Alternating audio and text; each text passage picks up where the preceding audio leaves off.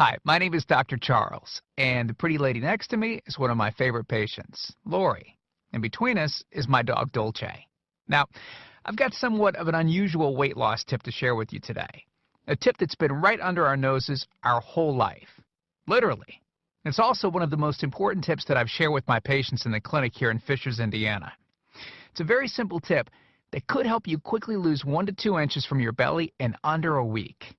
Now, I need you to listen very closely. This video contains one of my biggest fat-burning secrets. And I don't know how long this video will be up, so please be sure to watch it from beginning to end while it's still here.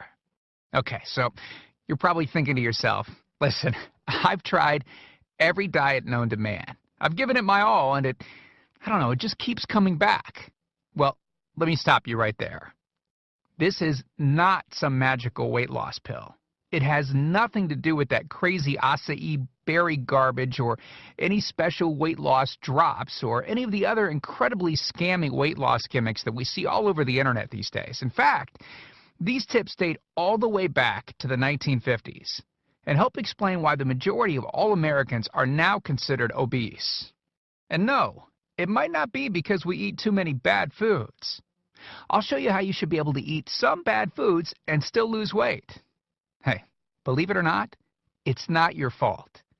But before I get into the specifics, let me quickly tell you a little bit about myself.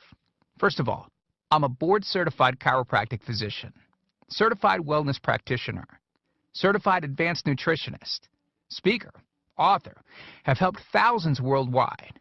One more thing, before we go any further, let me tell you about someone that I'm extremely proud of, a patient of mine named Lori.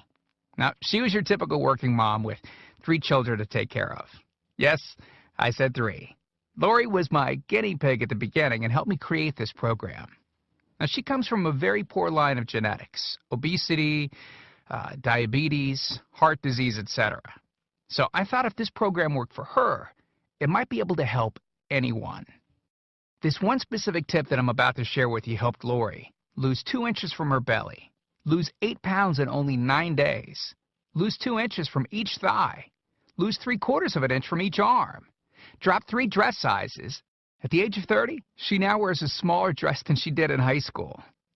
I know you're probably skeptical, and I don't blame you. I mean, it sounds like something so dramatic that it must be torn from one of those supermarket tabloids, right? But it isn't. Lori ultimately lost a whopping 90 pounds of fat and dropped 16 dress sizes. 16! Lori went from this, 210 pounds, which, by the way, is the weight that she couldn't get rid of after her last pregnancy, to this, 120 pounds. And she achieved all of this without counting calories, without starving herself, without killing herself at the gym, all while still eating all the foods that she likes, like raspberry cheesecake ice cream, which she absolutely refused to give up. Her friends are jealous, and acquaintances can't believe that she's ever even been pregnant. Listen, when it comes to weight loss, unfortunately, women get the short end of the stick. It's definitely harder for women to lose weight. In fact, women have been hardwired to not lose weight. And no matter how cheesy what I'm about to tell you sounds, it all makes perfect sense if we stop and think about it. Let me explain. It all stems back to the hunter-gatherer days of our ancestors. Men weren't built for fat storage at all. Men were built to be lean and fast to hunt food. How men can even accumulate fat at all goes completely against our genetics. On the other hand, women were built for fat storage to be able to survive and care for children during famine. Their essential minimal fat stores are many times higher than men. Women were built to accumulate as much fat as possible and to not lose those accumulations for childbirth, milk production, and child rearing. Now, unfortunately, we've been built to survive, not to look good. Women have a couple of major fat-storing roadblocks that hold them back.